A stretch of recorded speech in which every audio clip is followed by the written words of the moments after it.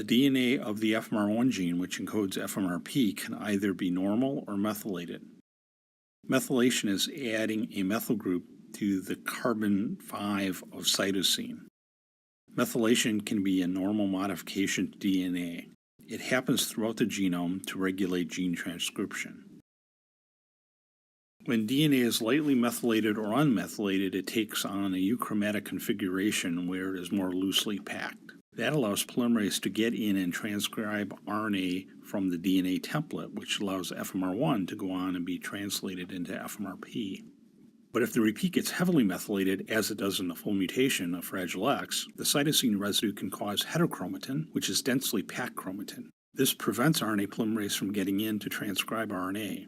Thus, the long repeat transcriptionally silences the FMR1 gene, so downstream production of FMRP ceases.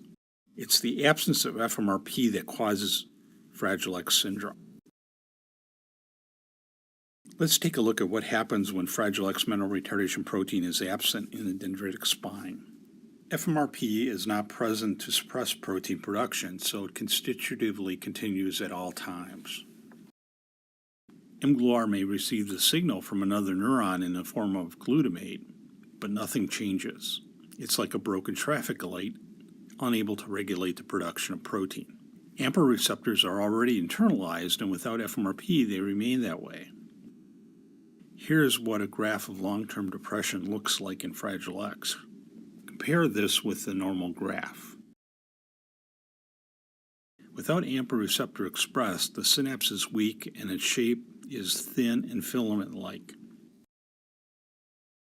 More synapses throughout the hippocampus and other parts of the brain will be similarly weakened in the absence of FMRP.